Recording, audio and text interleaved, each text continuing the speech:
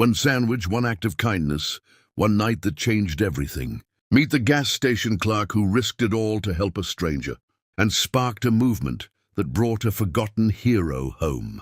This is the heartwarming story of compassion, courage, and the power of seeing humanity in the shadows. You won't believe what happened next.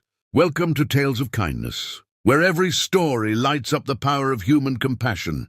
This is your home for true, heartwarming tales that prove a single act of kindness can change a life or the entire world.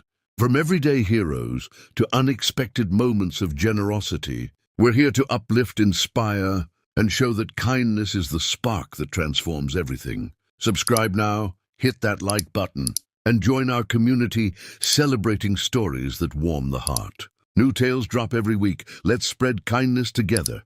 Michael Carter, 27, worked the overnight shift at a quiet convenience store on the edge of Orlando, Florida. The harsh fluorescent lights bathed the empty shelves in a pale glow as he swept the floors at midnight, his reflection distorted in the glass of the cooler doors. He'd once aspired to be a writer, having spent 3 years at Florida State University with a 3.9 GPA while juggling part-time jobs. But his father's sudden heart condition upended those plans. Mounting hospital bills and missed classes forced Michael to leave school to care for him. After his father's passing, Michael felt unmoored, a college dropout with loans and no clear path forward. For 2 years, he took whatever work he could find. The night shift at Easy Mart wasn't prestigious, but it covered his expenses and left quiet hours to read between midnight and dawn. His colleagues described him as reserved, yet always courteous, never grumbling, never confrontational, and quick to cover shifts when others bailed. Not a doormat, but someone who picked his fights with care. Wednesday night started routinely. Michael refilled the coffee machine, turned the hot dogs on the grill, and tallied inventory. At 1:23 a.m., while hauling trash to the dumpster, he spotted a figure crouched nearby. An elderly man with a scruffy white beard leaned against the wall, his worn clothes patched with tape, his shoes barely holding together. His shaky hands fumbled with a discarded bag of rolls he'd salvaged from the garbage. Michael paused. Store rules strictly forbade giving food to homeless people or panhandlers. The manager, Greg Larson, had sacked an employee last year for just that, arguing it drew unwanted types to the lot. But this wasn't someone begging. This was a man struggling to eat. Stale bread on a chilly night. Without a word, Michael went back inside. He brewed fresh coffee, made a ham sandwich from the deli, and grabbed an old hoodie he kept in his locker for cold mornings. He paid for everything with his own card, printing the receipt. When he stepped outside again, the man was still there, wrestling with the bread's packaging. "Sir," Michael said gently, "thought you might like something warm." The man looked up, exhaustion and surprise flickering in his lined face. "Can't pay for it, kid," he murmured. "It's already covered," Michael replied, setting the items down and stepping back respectfully. Headlights cut through the lot as a black SUV rolled in. Michael recognized it instantly.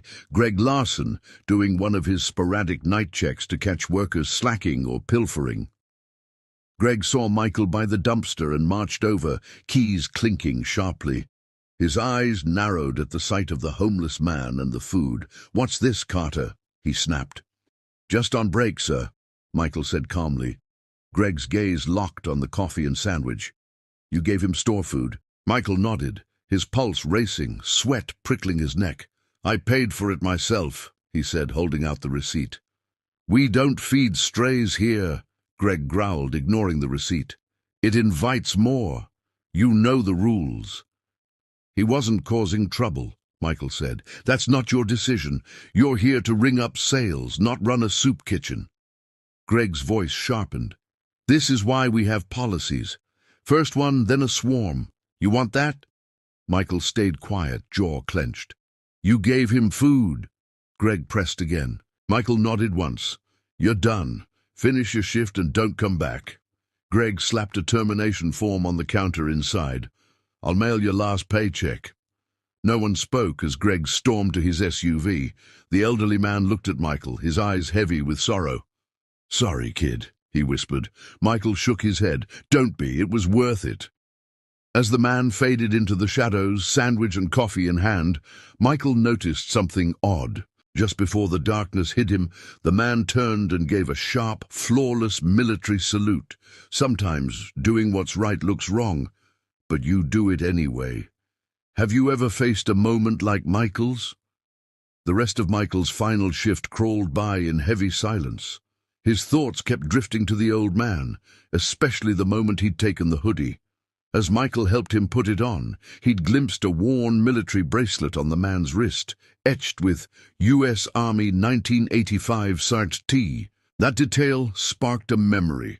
His uncle had a similar bracelet from his army days, not something handed out lightly. The man had said little, but one quiet line stuck with Michael. I used to wear a uniform. Now all I've got is my pride. When Michael asked his name, the man had only said, "Just know I'm still here because of you." At the time it felt vague. Now it seemed almost like a hint or a vow. At 6 a.m. his relief arrived. Michael turned over the keys, emptied his locker, and walked into the morning light, jobless. His phone pinged with a text from HR. Termination processed for policy violation. Final pay mailed within 5 days. He'd expected it, but the cold message stung. Sitting in his car, he calculated how long his slim savings would last. By noon, word had spread. Fired for giving away a sandwich? His roommate Ethan asked, stunned. That's absurd. It was against policy, Michael said with a shrug. Who cares? It's a sandwich, not a diamond. Not worth fighting, Michael replied. I'll find something else. And he tried. By evening, he'd applied to 8 jobs and landed a temp gig at a warehouse, unloading trucks on the graveyard shift.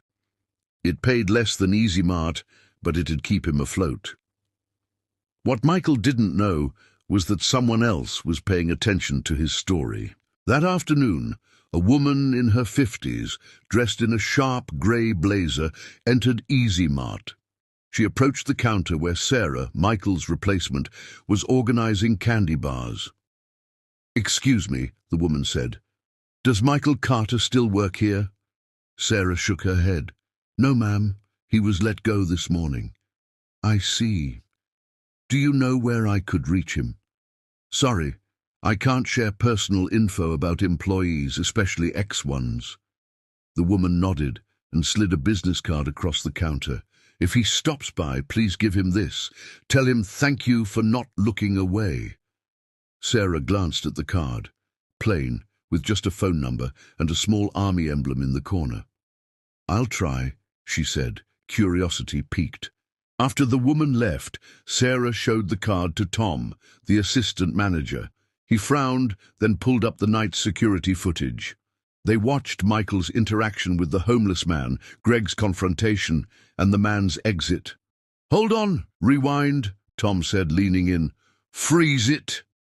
The screen showed the man just before he vanished, his ragged frame suddenly upright, shoulders back, arm raised in a perfect military salute. Tom's expression shifted. That's not your typical drifter. What do you think? Sarah asked. I think we need to call the regional manager. Within an hour, the area supervisor had reviewed the tape and made several closed-door calls. No one at the store knew exactly what was brewing, but the air felt charged.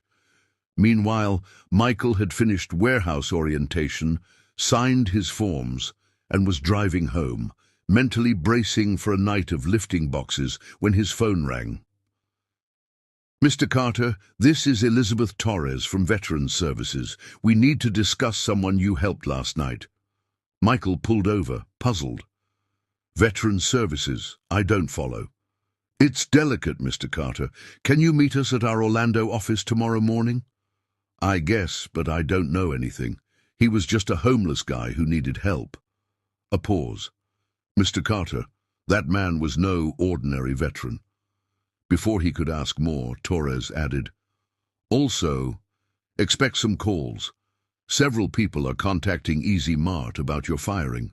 Soon after, Michael's phone buzzed, with texts from co-workers asking what he'd done and who he knew. One from Sarah read, "Dude, what's going on? Military folks calling about you. Greg's losing it." That night, as Michael readied for his warehouse shift, a dark SUV parked outside his apartment. A man in plain clothes approached, flashing military ID. "Mr. Carter, Colonel Hayes, Army Liaison Office. Sorry for the late visit, but we need to talk about an incident at your old job." "The homeless guy?" Michael asked. Hayes's face stayed neutral. "We'd prefer to discuss this formally. Can you delay your shift and come with me? Your new employer's been notified and understands." As they drove through Orlando, Michael finally asked, "Who was he?" Hayes kept his eyes forward. "It's complex. Let's just say you helped someone who once carried serious weight in our ranks, someone we've been worried about for a while." Michael gazed out the window, struggling to connect the tattered figure by the dumpster with the growing hints of his significance. One thing was clear. His small act of compassion had sparked something big. "This moment really got me. Type respect if it hit you too." The next morning, Greg Larson received an odd email from a .mil address. It was short but firm, a formal complaint about an incident at his Easy Mart, requesting his attendance at a meeting that day. Greg first thought it was a hoax, then saw the sender's credentials and felt a chill. He called the regional manager, who confirmed headquarters had gotten similar messages. "What did you do, Greg?" his boss barked. "Nothing. I fired a guy for breaking rules, that's all." "Well, the Army's involved now. Get to that meeting and sort it out." Meanwhile, rumors of strange activity spread across Orlando. Michael, who'd spent the night at a military office answering questions, got a text from Ethan. "Dude, your old store's nuts. Military trucks everywhere." At 9 a.m., 6 armored vehicles rolled into the Easy Mart lot in tight formation. Customers at the pumps gawked, phones out. From the lead vehicle stepped a man in full Army dress uniform, his chest heavy with medals earned over decades. He strode into the store, where Sarah stood frozen behind the counter. "Morning," he said, his voice commanding. "I'm looking for Michael Carter." Sarah swallowed. "He doesn't work here anymore, sir. Fired yesterday." The officer's face tightened. "I know. Where's the manager who made that call?" "Mr. Larson's not here, sir." "Get him. Tell him Major General Thompson is waiting. And contact your corporate office now." Within 30 minutes, the store was a makeshift hub. The regional manager arrived, then a sweating Greg, followed by 2 suits from the company's state office. They were ushered to a back room where General Thompson waited with 2 aides. "Gentlemen," Thompson began, "about 36 hours ago, your employee Michael Carter helped a man your manager called undesirable. That man was Lieutenant General William R. Tate, former commander of the 3rd Infantry Division." Greg's face went white. The executives swapped nervous looks. "General Tate suffered a severe head injury in combat 4 years ago." Thompson continued. "After intense rehab, he was retired medically. 8 months ago, he left his care facility. Despite our efforts, we couldn't find him until Mr. Carter stepped in." "We had no idea," Greg stammered. "Of course not," Thompson said, cutting him off. "No one expected you to spot a decorated general in rags, especially in his state. What troubles us is how fast you punished an employee for basic kindness." He set a tablet on the table, playing the night's footage. The suits watched silently as Michael gave food and his hoodie to the disheveled man. "General Tate has PTSD and lingering injury effects," Thompson said. "He left his facility to test if people would help someone who seemed worthless." The video showed Greg's arrival and the heated exchange. "Your policy against undesirables is your call," Thompson said, his tone sharp. "But know who you dismissed." A side door opened, and Michael entered with a tall man in his 60s, now shaved and dressed neatly, but with the same piercing eyes Michael had seen by the dumpster. "General Tate asked to be here," Thompson said. His doctors approved a brief visit. The executive stood. Greg stayed glued to his chair. Tate's voice, rough but steady, filled the room. "Last night, I was at rock bottom, hungry, lost, wondering if my life meant anything. Your employee," he nodded at Michael, "didn't see a nuisance. He saw a person who needed help."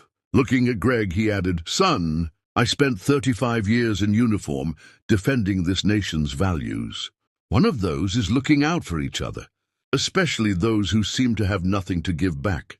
Silence fell. An executive cleared his throat. "General, on behalf of our company, we're deeply sorry. This doesn't reflect who we are." "Then show it," Tate said. "Deeds, not words." The next hours changed Michael's life. The executives, keen to dodge bad press, offered his job back with a raise. He declined politely. They quickly pivoted, creating a role as director of a new veteran outreach program. They suddenly felt inspired to start. By midday, news vans lined the lot as word of the military presence spread. The company's PR team rushed to draft a statement while Michael stood at the heart of an impromptu ceremony outside. General Thompson addressed the crowd. "Today, we honor heroism in unlikely places, Mr. Carter. A small act of care did more than feed a man. It brought one of our own back to us." Michael shifted uncomfortably as Thompson pinned a civilian service medal to his shirt, citing exceptional compassion and service to the United States Army. Greg watched from the sidelines, his job now under review. The regional manager had hinted his role would be reassessed after a policy overhaul. Later, as the crowd thinned and the vehicles prepared to leave, General Tate pulled Michael aside. "I owe you an explanation," he said softly. "No, sir, you don't," Michael replied. "I do. 4 years ago, an explosion took pieces of who I was. Recovery's been rocky. Last week I left my facility, convinced the world had forgotten soldiers like me, that I was invisible." Michael listened as Tate went on. "I needed to know if anyone would help without knowing my rank or past. If decency still existed for those society ignores, most passed by. You didn't." "Anyone would have," Michael said. Tate shook his head. 15 people walked by me before you. Not one looked my way. You were different." As Tate left with his medical team, he pressed something into Michael's hand. The faded bracelet from the night before. "A reminder," Tate said. "The biggest fights are sometimes won with a sandwich, not a rifle." That night, the Easy Mart footage went viral. Millions saw a Clerk risk his job to help a seeming vagrant, the contrast with Greg's harshness igniting debates on corporate rules, veteran care, and American values. By midnight, one Mart hero trended nationwide. Job offers flooded Michael's inbox from firms eager to align with his sudden moral fame. Orlando's mayor called to offer recognition. A veterans group launched a scholarship in his name. But the moment that meant most was an email from Florida State University offering to reinstate his enrollment with a full scholarship to finish his writing degree. The subject: some stories need voices like yours. Have you seen someone quietly earn the respect they deserve? Share a moment you'll always remember. 6 months later, the Easy Mart, where Michael once swept floors, had changed. What started as corporate damage control became real. Rebranded as Soldiers Mart, it featured a coffee nook where veterans could gather, sip free drinks, and access support. Michael, now back in school pursuing his writing degree, stopped by occasionally to guide the program he'd helped create. The Coffee for Vets project had grown to 9 Orlando locations, each with VA-connected kiosks and volunteer staff. Where tobacco ads once hung, a new message stood. One coffee, one act of thanks, one life remembered.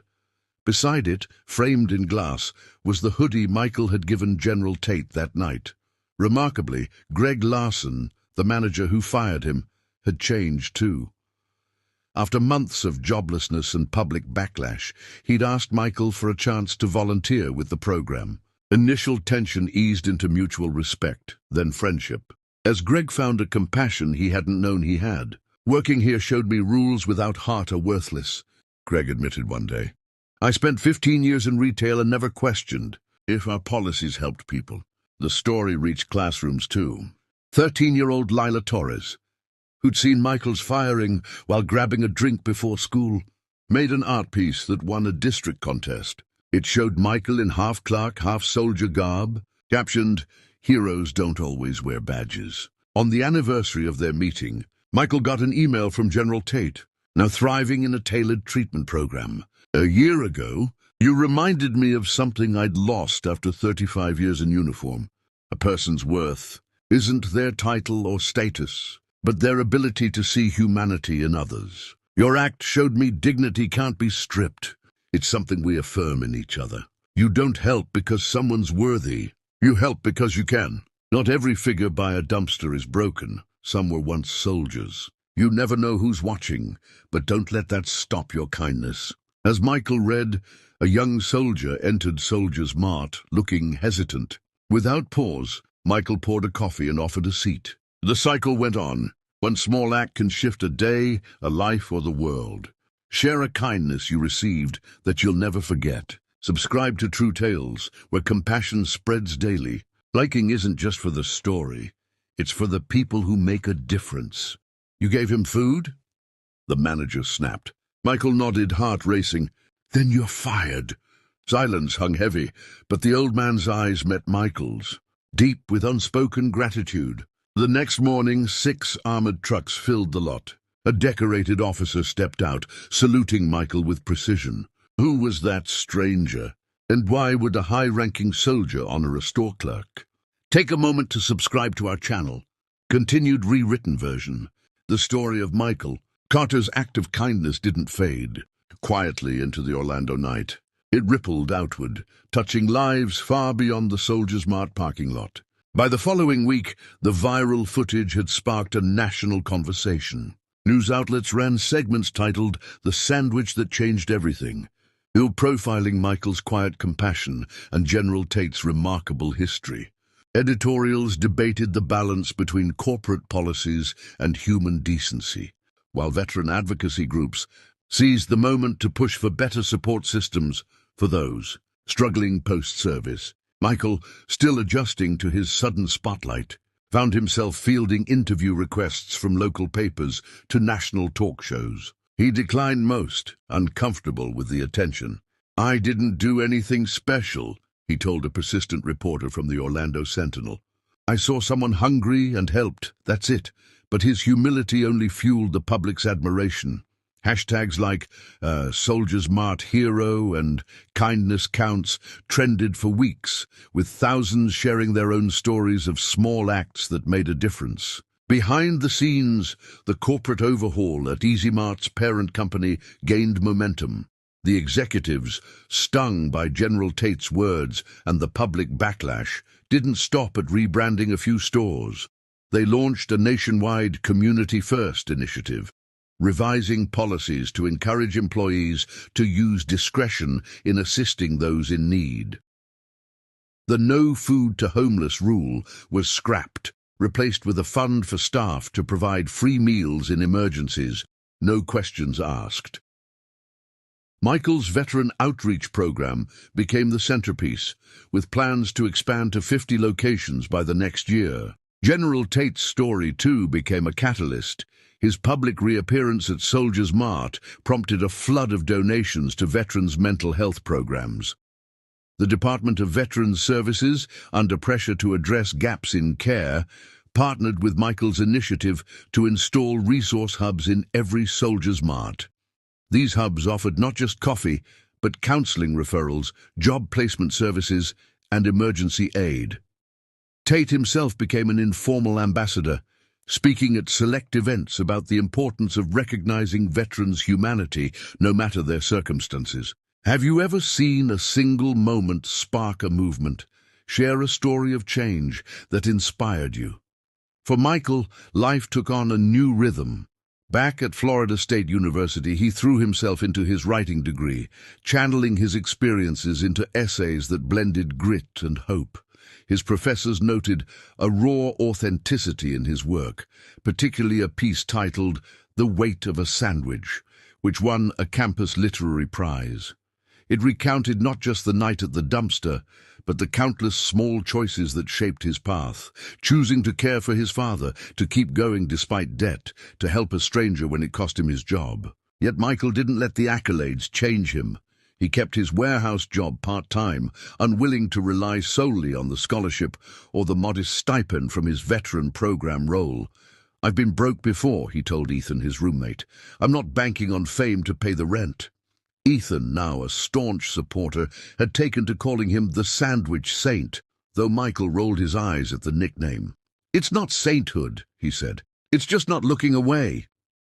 One quiet afternoon, while studying in a campus cafe, Michael received an unexpected visitor. Greg Larson, the former manager who'd fired him, stood awkwardly by his table, holding a coffee. "Mind if I sit?" Greg asked. Michael gestured to the chair, curious but guarded. Greg looked different, less rigid, his usual bluster gone.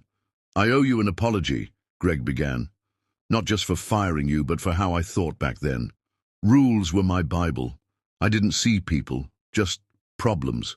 Michael listened as Greg explained his own journey. After his reassessment and months of unemployment, he'd started volunteering at Soldiers Mart, initially to rebuild his resume. But working with veterans, hearing their stories, had shifted something in him.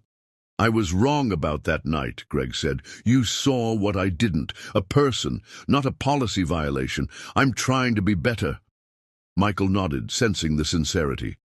"Takes guts to say that," he replied. "You're doing the work now. That's what counts." Their conversation marked a turning point. Greg became a regular volunteer coordinator, advocating for policy changes across the company. He and Michael occasionally grabbed coffee, swapping ideas for the veteran program. Their unlikely friendship became a quiet testament to second chances, proof that even those who stumble can find their way back to compassion. Ever seen someone turn their mistakes into growth?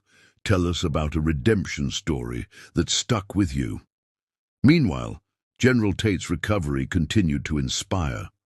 Now living in a specialized care facility in Tampa, he corresponded regularly with Michael, sending handwritten letters that blended gratitude with hard-earned wisdom. One letter, arriving on Michael's birthday, read, "You didn't just give me a sandwich. You gave me a mirror to see my worth again. Never underestimate the power of seeing someone as they are, not as they appear." Tate's influence extended further. His story caught the attention of a documentary filmmaker who began production on a feature titled Invisible Warriors, exploring the struggles of homeless veterans and the small acts that can restore their dignity.